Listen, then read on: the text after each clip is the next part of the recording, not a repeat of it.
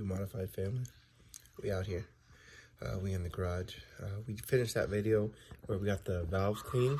It took some time getting those bad boys soaked in muriatic acid, and it cleaned them up real nice. I used the wire wheel very gently and nicely just to finish the process and speed things up. Even though if I would have just let them sit, it would have all happened on their own, but I'm very impatient. So if you give me 5 on my black hand side, we can get on with it today. All right, so we last left off. Here is the B18A broken apart, ready to be taken apart the rest of the way. We'll get to that when we have time. Over here is the Ronnie's is working. He is lapping the compounds the right way, so he's not using the power drill like some of the people who are in a big hurry do. And so what's happening is we took all the valves out for both the intake and exhaust side. We cleaned them, and now they're being reset to match these particular ports. So you can see that the intake valves are bigger, exhaust valves are smaller on this particular model. And what's happening is there's a compound, it's called lapping compound. It comes in a tube, looks like this, something like this. And you squirt just a little bit on the,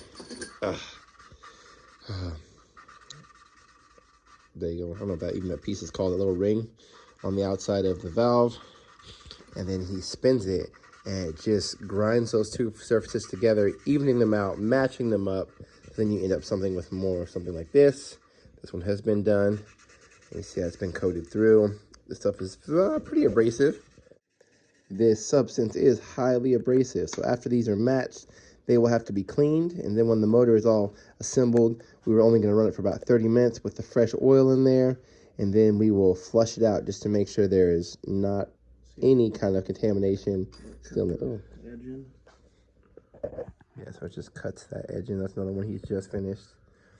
And they get cleaned up afterwards. So it's slow, but fun process. Because, I have good results with the valves being able to seat all the way. And so once again, this is another one we pulled fresh out of the bag. So it's clean and free of carbon, but you can almost not differentiate that surface from the rest. And so after he puts it in there, it's going to cut that in and give it a nice polished surface. So just a little bit of lapping compound back in the hole. And with a special little spinny tool. In your pocket? No. Oh, it's over here. Yeah, it's cool. Yeah, so it's like a suction cup. Just sticks on there and spins. Don't grab my phone, my love. Tap in. Bam.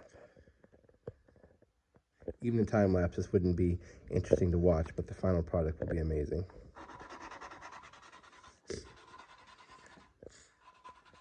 Yeah, there we go. And so along with these working on that surface, it gets a bunch of pitting. And so that helps smooth that down, like knock those pits down, make them more surface level, and then also just matches to that. And so you spin it just like when you're sanding, planing, anything, and you're listening to the change of the sound it makes, because very rough things sound different than very smooth things.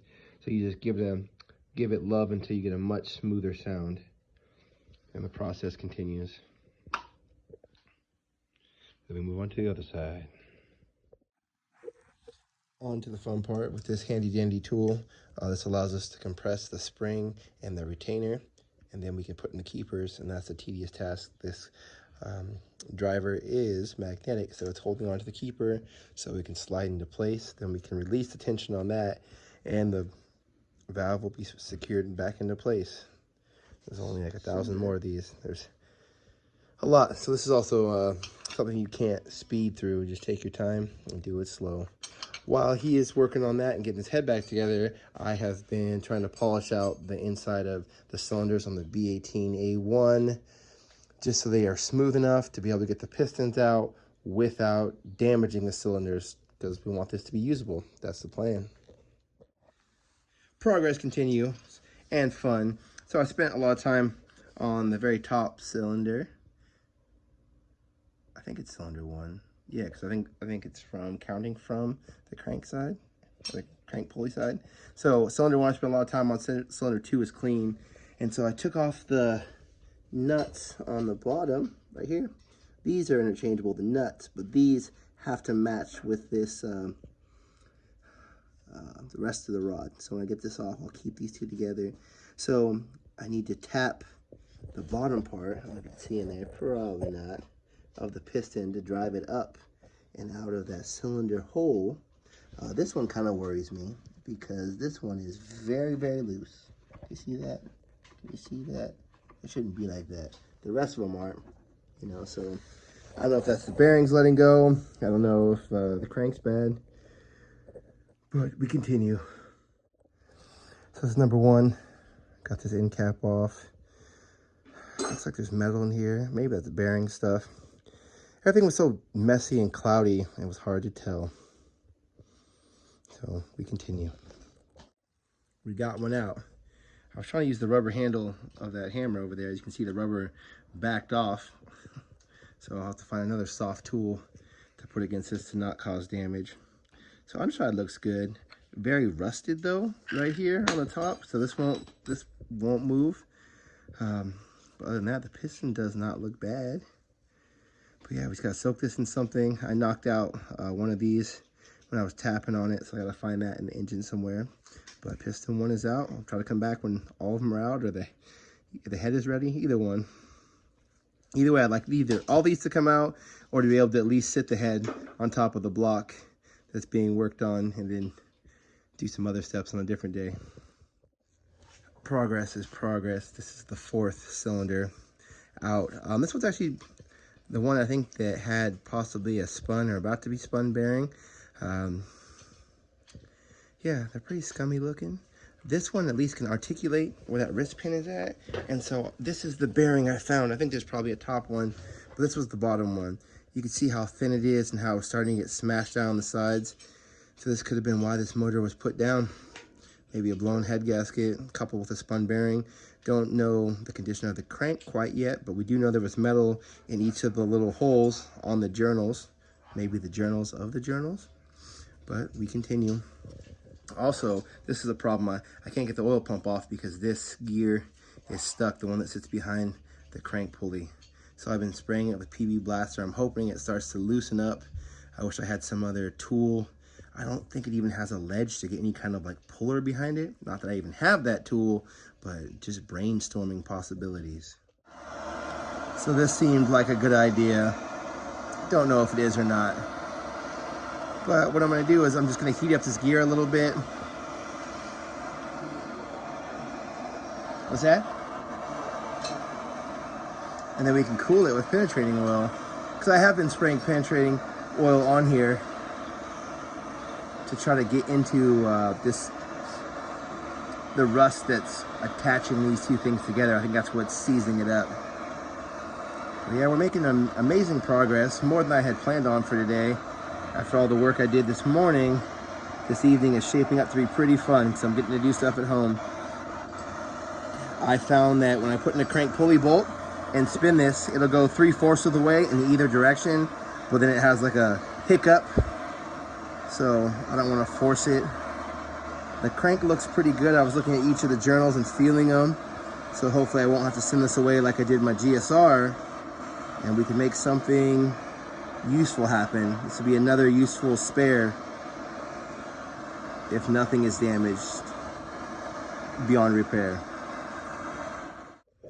So I'm really glad that seemed pretty non-destructive.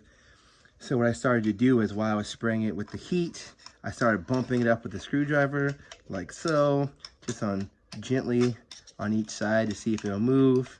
And right now, it's pretty darn hot, I would imagine. So I don't really want this to come off and fall on the floor in the garage. I kind of like it just to come off and just sit right here until it cools down. But yeah, that's the way to do it. So once this is off, then the oil pump should come off. Rear main seal came off, no problem. Definitely going in the hot tank. And then this oil pump will come off, and I'll probably just drop this thing in the hot tank right now, even though it's not on. I need to get some more of that Zep degreaser. It should do no damage just sitting there soaking. Look at this, look at this. Erroneous made quick work of getting all these valves back in and the valve springs to hold them. So now I have my head gasket. I'm gonna open that up, and then we're gonna sit it down on top of that so it's out of the way.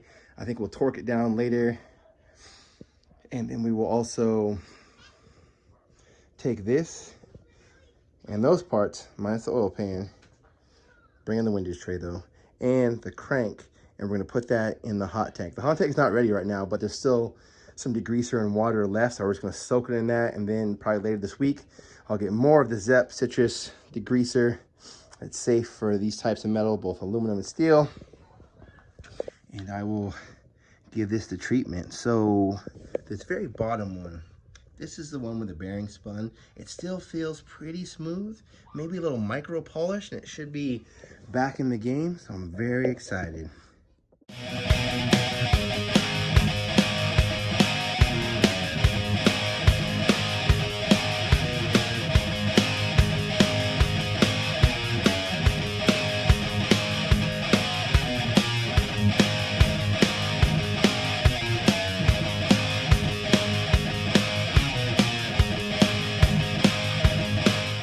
All right, so this is where we leave you. Block disassembled, crank's gonna be in there. Oil pump, rear main seal, windage tray, oil pickup, and the main caps are all in here. So I do need more degreaser because I don't know how worn this is, but just soaking here should help to loosen up a lot of this years of grime. Thanks for coming along. I'm glad that we were able to get this apart, but even more so that the GSR project is almost completely together. It's a few more steps, which I will take you guys along for the ride. All right, family, peace. Have a good night.